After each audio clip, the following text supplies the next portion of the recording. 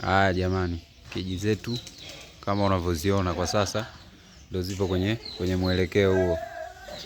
Mara kwanza tuliwatumia picha jinsi zilivyo, sasa tushafunga maji, ziko tayari kwa kuingia kuku. Wewe unayohitaji keji, tuone Tumanjenga Construction, tutakupa huduma ya urahisi yenye nafuu na isiyokuwa na gharama, na ni keji ambazo ni nzuri kabisa kama unavyoziona, zishafungwa system ya maji, zimewekwa sehemu ya chakula. Na hiyo sehemu ni ya uchafu. Mara nyingi sana sehemu ya uchafu haitakiwi iwe na distance ndogo. Kwa hiyo tunawekaga distance kubwa kwa sababu ya hewa kuweza kupita.